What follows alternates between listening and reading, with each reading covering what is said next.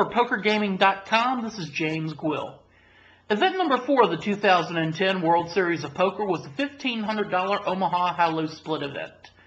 This event drew 818 players looking to take the first of several Omaha High-Low Split event bracelets this season, as well as $237,140 in prize money.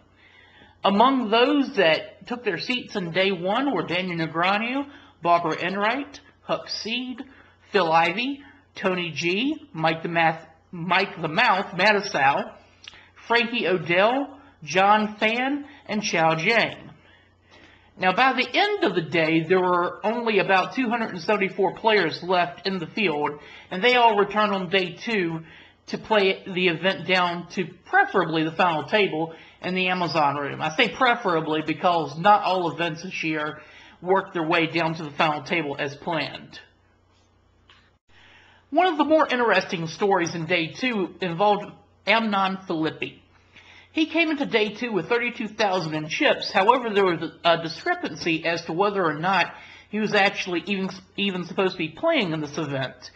Apparently, his seat was being shown on official records as belonging to another player, and as such, tournament officials were not going to let him play until he could prove that he had indeed purchased the seat himself. Now, what was weird about his registration, he said, was that it did not even have his name printed on it. It was just a blank card. And tournament officials basically told him he had to produce proof of this before they would let him continue playing. Well, they come to find out that it was a clerical error on the part of one of Harrah's staff members, because what had happened is that someone had registered for a tournament before Filippi, and they had not cleared out the screen all the way. And so when they registered Filippi, they registered in the other player's name by mistake. They corrected everything, and Filippi was allowed to go on and play without any incident. 81 players cashed in this event, although one of them was not Micah Brooks. He was the unfortunate bubble boy of this event.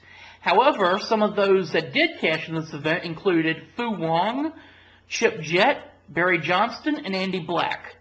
And for any of you wondering, yes, Fu Wong did last long. And some of you may or may not get that joke. Doesn't matter. It's a personal joke for some of you out there that may be listening to this podcast. Anywho, by the end of day 2 play, we were down to just 26 players and not quite to the final table. So play did have to resume on day 3 and continue until the final table was reached. Now, by the time that we did get to the final table on day 3, we had a relatively solid group of players. The only 2 significant names at the final table were Yolande Schwartz and Dan Heimmiller. Now, Todd Barlow was the first player eliminated from the final table. He moved all in on a flop of 6-5-5, holding ace-deuce-5-7 for 3 5s and a nut-low draw. Dan Heimmiller called with ace-deuce-7-queen for nut-low only, and he was actually in danger of getting quartered. However, both the turn and the river fell 6s to give Dan Heimmiller the hand with trip 6's ace-queen against trip 6's ace-7. As a result, Todd Barlow ended up finishing in 9th place and taking home $17,780. Joe Lieberman was next out when he was all in the big blind against both Michael Chow and Sasha Rosewood.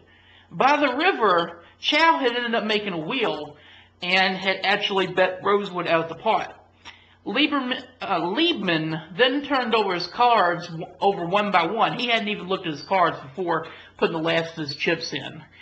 Unfortunately, he couldn't even take half the pot, and as a result, he ended up being sent home in 8th place, and 8th place was good for $22,798. Mike Cipolla was all in at the turn with the board showing ace, king, deuce, king with just a draw, and unfortunately, Michael Chow held ace, jack, jack, 7 for aces up. Cipolla ended up not hitting his draw and ended up finishing in 6th place for just over $37,000. Scott Epstein finished in 5th place after flopping a straight against Michael Chow, Chow, however, ended up turning the nut flush against him, and Epstein was unable to make a low. As a result, Epstein ended up finishing in 5th place and took home $51,431. Fred Kuby was down to just around 100,000 in chips, and with limits of 50 and 100,000, he was all in pre-flop, holding a King, Queen, Queen 5 against a King 7, 6, 4 of Dan Heimiller. Now, Kuby flopped a set of queens, but Heimiller ended up turning a straight, and that hand held to give Kuby the boot in 4th place. He received $69,188 for his strong finish. Jan Schwartz was the next player knocked out. He was also down to just 100,000 in chips, and he put them all in after the board flopped 9 of diamonds, ace of diamonds, 3 of diamonds. He had a 2-3-5-9 and had a wheel draw as well as 2 pair. Now, Dan Heimiller, he had a 2-3-9 king for the same 2 pair, but unfortunately for Schwartz, the turn ended up coming and giving Heimiller a better 2 pair with kings up. The 10 of hearts on the river ended up being irrelevant, and Jan Schwartz finished in 3rd place for $94,446. Now, heads-up play in this event started between Michael Chow and Dan Heimiller. Heimiller was behind a Chow, and the chip count was 2.17 million to about 1.42 million for Dan Heimiller. And play went back and forth for a while, with actually both players holding the chip lead at some point. The final table of this event was actually going concurrently with the $50,000 Players Championship, and almost went about as long.